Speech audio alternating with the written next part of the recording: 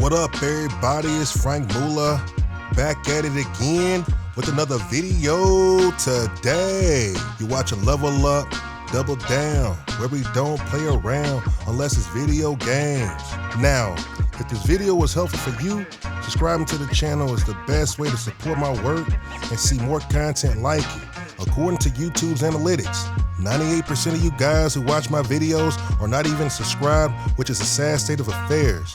The more subs I can get, the more YouTube's algorithm can boost my content to reach more like-minded people, which in turn helps the channel grow and allows me to create more and better content for you guys. So consider doing me a solid. That's all I ask, and I hope I can earn your support today.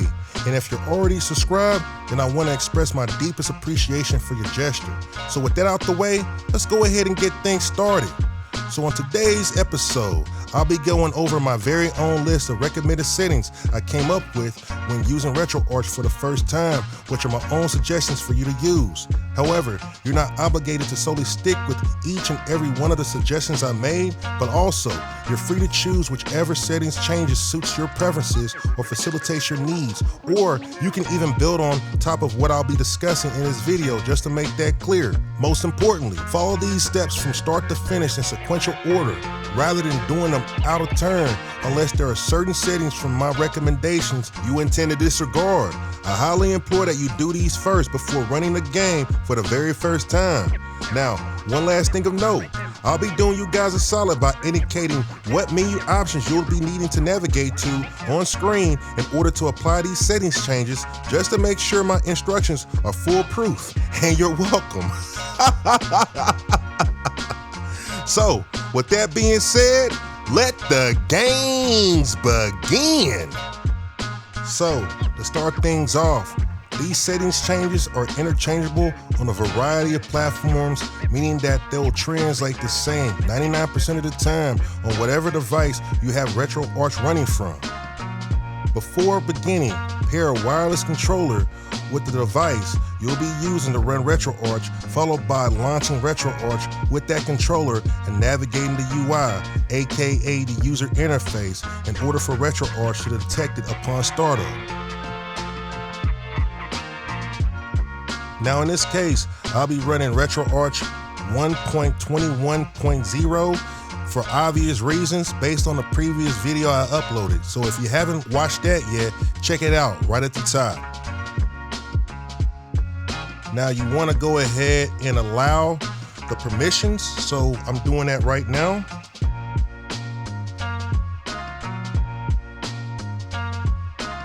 Now after RetroArch has launched, allow it to download and load the base APK, which will result in a more legible UI. Now the first step in my list of instructions is determining that your button controls are mapped properly and coincide with your controller. So what we want to do first is we want to go to the settings right over here. So now you want to go to input, retro binds or retro pad binds, and port 1 controls. Now, according to the face button thumbnails presented in the RetroArch, you want to match whichever buttons correspond that position on your controller. So right over here, you want to make sure that up is labeled up. So I'm just going to click the A button on my wireless controller. And bam, up is already situated. However, you're not going to need to do this on your controller if everything corresponds as it should. I'm just basically showing you where to go in order to do that, in the off chance that your controller is not mapped accordingly to what is presented in RetroArch. Now, I'm just going to go ahead and get off this part since I've already got everything mapped accordingly like it should be. Now, the next thing we want to do is ensure that any changes made to the settings get saved after exiting RetroArch each time. So we want to go out of this option that we're currently in right now, and we want to go back to the main menu. All right, so we're right back at the main menu. Now, we want to go to configuration file, which is all the way down here. Then we want to go ahead and click on Save Current Configuration. All right, so now it's basically saved the configuration that we currently have set up. We'll eventually go back and resave the configuration again. However, the main important thing we want to do currently is we want to back out to the main menu, and we want to go to settings, then we want to go to configuration. Then at the very top, we want to make sure that save configuration on quit is on. That way, whenever we leave RetroArch, then RetroArch will then already save whatever configuration settings we've already put in place. Now, the next setting that I want to go over is switching out the video driver backend renderer. So on this particular setting, we want to go back out. However, we want to go to the drivers section. So drivers is right up here. Next, we want to go to video. And we have the option to choose between OpenGL, which I currently have it selected by default, or we want to go to Vulkan. I'm just going to go ahead and go with Vulkan. It's a preferred option since it does offer better performance. All right. Then after we back out, we want to go ahead and disable or turn off bilinear filtering. So we want to go to video, which should be right here. Then we want to go to scaling, which is right here. And then we want to go to bilinear filtering, and we want to make sure that's off. So good deal, it's already off. Now we want to go ahead and back out, and we want to switch out and use a different user interface, which is what I plan on doing. Because as you can see, the particular interface we're currently in is the Ozone theme. Now, what we want to do is we want to go to drivers. So let's back out here. Drivers is down here. Then we want to go to menu, which is right here. And as you can see, we're currently on Ozone. And what we want to do is we want to switch it out to XMB. And for those of you who aren't familiar with XMB, cross media bar is the actual full wording of what that means. And basically, it's the media bar, cross media bar from the PlayStation 3 interface. So there's that. Now, after we switch it to XMB, we then want to go ahead and exit out of RetroArch. So I'm going to go ahead and go to main menu, then go down to quit. Then I'm going to go right back into RetroArch. Now, after the next time we launch the app, we'll be presented with the XMB theme. It offers an interface that's easier to navigate to help users keep track of where they are. Now, the next menu option on the list is switching out the audio driver backend. So what we want to do is we want to go to settings, followed by the drivers, and lastly, audio. And from here, we want to make sure that it is set to OpenSL, which it is. This setting is more specific to Android, so keep that in mind. Now, one of the things I consider more important when it comes to evaluating gameplay performance is displaying the FPS overlay, which is what we're going to do next. So we want to back out to the main menu. And from here, we want to go to settings.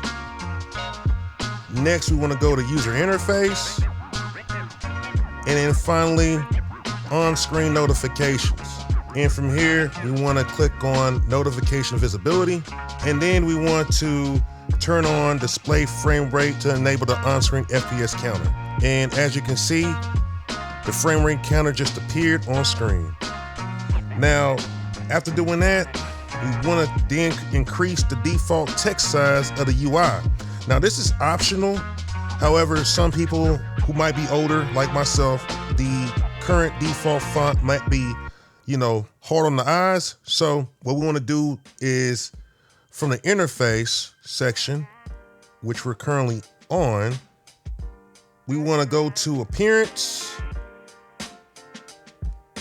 Then we want to go to scale factor.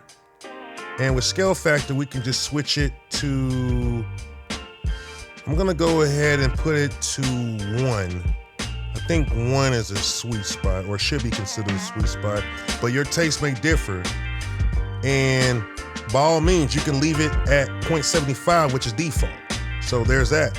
Now, the next thing I want to do is I want to make sure that RetroArch auto saves upon exit, and then it auto loads when it resumes the same game.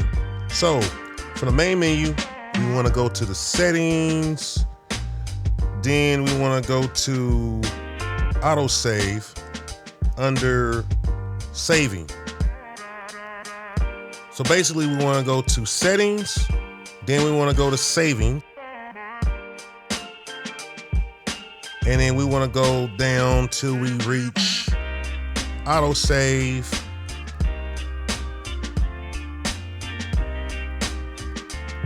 And enable auto save. And then we want to also enable auto load.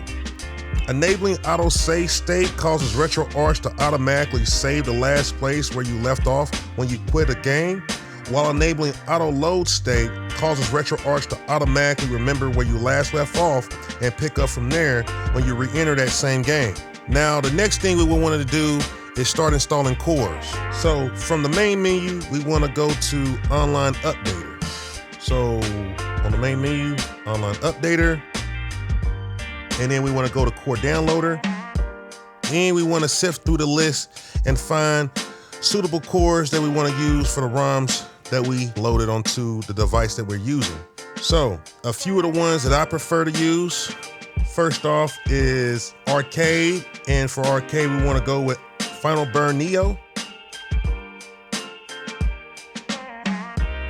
Next, we want to go with Main, and Main 2003 Plus is what I prefer. So we're going to go with that one. The next one on the list, and this is the alphabetical order, so we're not going all over the place. So the next one on the list is going to be Nintendo DS. So there's two of them that I prefer. Let's get to Nintendo DS.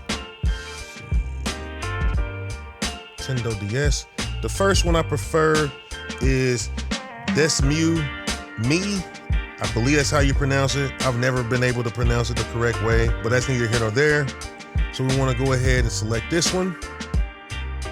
And then the next one we want to do is Million DS. All right.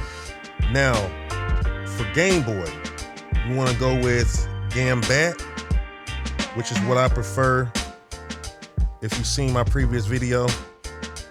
And then for Game Boy Advance, we want to go with MGBA. And for regular Nintendo, we want to go with Nestopia. And for Nintendo 64, I prefer Parallel. I might sound biased, but that's what I want to go with. And for Super Famicom or SNES, there's two of them that I prefer to use. I go between BSNES 2014 Accuracy, and also I go with SNES 9X, regular version. All right, then for Sega Dreamcast, let's go ahead and go with the Flycast core. And for Sega Genesis, Game Gear, Sega CD, Master System, we want to go with Genesis Plus GX. All right. And then when it comes to 32X, we want to go with Pico Drive because 32X is not compatible with Genesis Plus GX. And for Sega Saturn, we want to go with the Beetle Core, and alongside Yabasin Shiro. Beetle Core is more accurate. Yabasin Shiro tends to bridge the gap when it comes to games that aren't performing as well. However, for Beetle Saturn Core, if you want accuracy, that's the one you want. And for Sony PlayStation, there's two of them that I go with. You got PCSX Rearmed, and then you also have Swan Station. And for PSP, we want to do the SSPP core. And that's about it when it comes to the cores. Now, let me just show you an example how to delete a core. So I'm just gonna download just any random ordinary core that we don't necessarily need. So 3DO Company, we're gonna go with this one, or 3DO to be exact. And what we're gonna do is, we're gonna go to the main menu, and then from here, we wanna load up the core first. So we wanna go up here to load cores in the main menu. Then we wanna choose the 3DO core. Then we want to go to the information section. All right, core information. And at the very, very bottom, we want to go to delete core. So there's that. That's how you delete a core. So if you notice, the core is no longer loaded, which indicates it's been deleted after we had loaded it and deleted it based on the instruction I just gave. Now the next thing we want to do is modify RetroArch's quick menu hotkey while enabling the quick menu from the game controller. So from here, we want to go to the settings, and then go to input.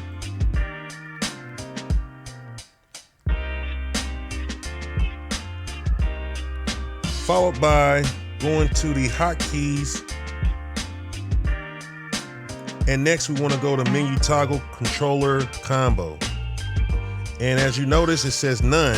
And from here, we have a plethora of options to choose from. The one I particularly prefer is start and select. But there's been times where start and select has given me trouble. So the next best option is L1 and R1. Now, the next settings change we want to make is we want to set up the start directory to use as a shortcut in order to browse where the games are located when attempting to load content. So this is assuming you've already copied games or ROMs that you intend to use respective to the core it's associated with. So keep that in mind. So from the main menu, we want to go to settings and then directory.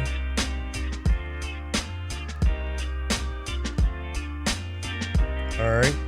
Now, after doing so, we want to click on Start Directory. Okay.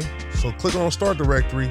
We want to locate where our main ROMs folder is, containing the ROMs from each specific console system stored in their own separate folders, and we want to select that.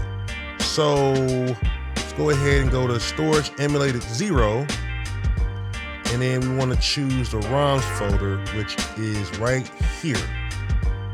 And as you can see, I have a plethora of folders with ROMs contained in them. And I'm just gonna go ahead and click Use as Directory so that way it gets set. So now every time you attempt to browse for ROMs, RetroArch will designate this specific folder as a starting point. So keep that in mind. Now we want to identify where to store BIOS files for RetroArch. Now, as you can see, if you scroll down, we want to check for system BIOS. And as you can see, this is the location it's stored. So I necessarily don't change the BIOS location. That's just my preference. I rather gather all the BIOS files necessary and then put them in the specified directory location that has been already set forth by RetroArch instead of changing the default location, if that makes sense. All right, last but not least, we want to start creating playlists and adding games to it. So what I'm going to do is I'm going to show you two methods that I typically use when creating playlists. One option is pretty much a safeguard in case the first option I'm going to demonstrate doesn't follow all the way through. So this is assuming you've already copied over the ROMs you intend to use that's respective to the core it's associated with. So from the main menu, we want to go to the far right till we see import content, which will be depicted by a plus sign icon surrounded by dotted lines and forming a circular square, and then followed by scan directory. All right, so as you can see, I have my games separated in individual folders based on the console. So what you want to do, you want to navigate to each folder where the ROMs are stored, and then you want to click on the folder, and then you want to click on scan directory. So in this example, I'm just going to demonstrate Game Boy. A status bar at the bottom left of the screen will appear indicating scan progress. After the process is completed, which will be indicated by the scanning of directory finish notification, you want to use the back button on your controller to back out all the way to the main menu of RetroArch. And then from here, you want to go to the playlist section. All right, and it will be dedicated to the console in which the ROMs are associated with that were scanned. And you'll notice the category shown is Game Boy. Now, mind you, some of the games that are contained in these folders, like for instance Game Boy Color, some of these are dual or like Game Boy compatible games, as you can see, but RetroArch classifies them or considers them Game Boy Color games. That's neither here nor there though. So what we want to do now is we want to go back out. So I'm just showing you what my ROMs were in those folders. We're going to press the start button on the actual gamepad. Now, if you notice, there's going to be a section labeled default core.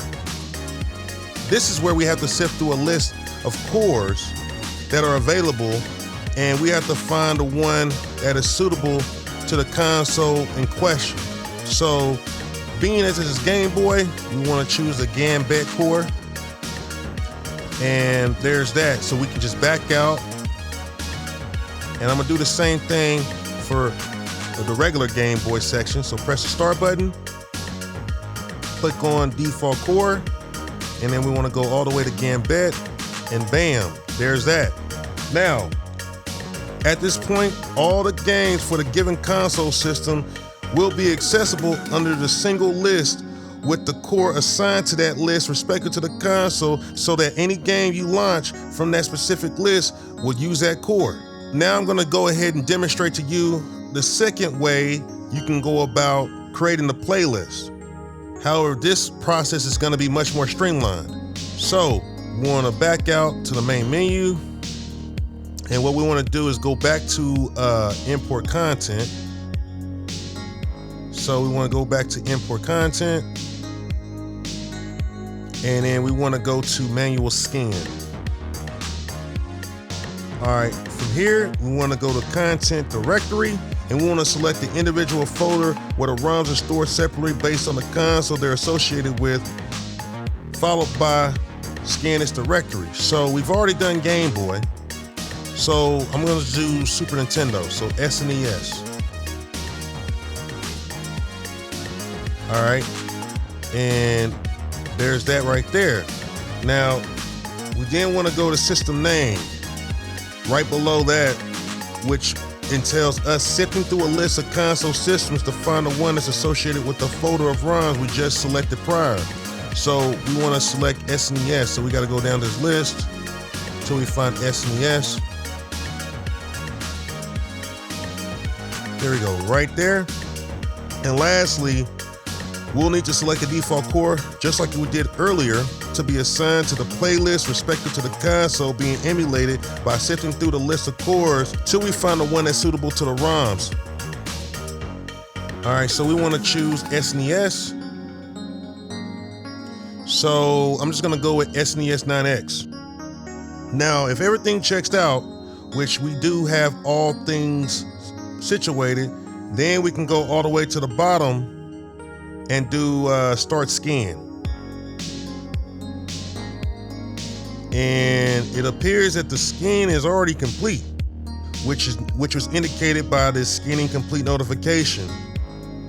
And at this point, all the games for the given console system should be accessible from the single list.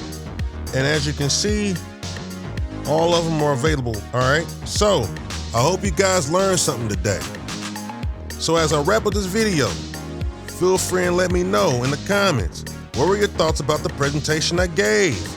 If you're interested in this type of content as it relates to the inner workings of RetroArch regarding what setting tweaks are available out there, hit the subscribe button down below and click the bell icon to turn on all your notifications so you don't miss a thing. And also, if you made it this far into the video, I want to sincerely thank you for watching. So until next time, like, comment, subscribe, and share. Again, this is Frank Mula signing out. Holla at me.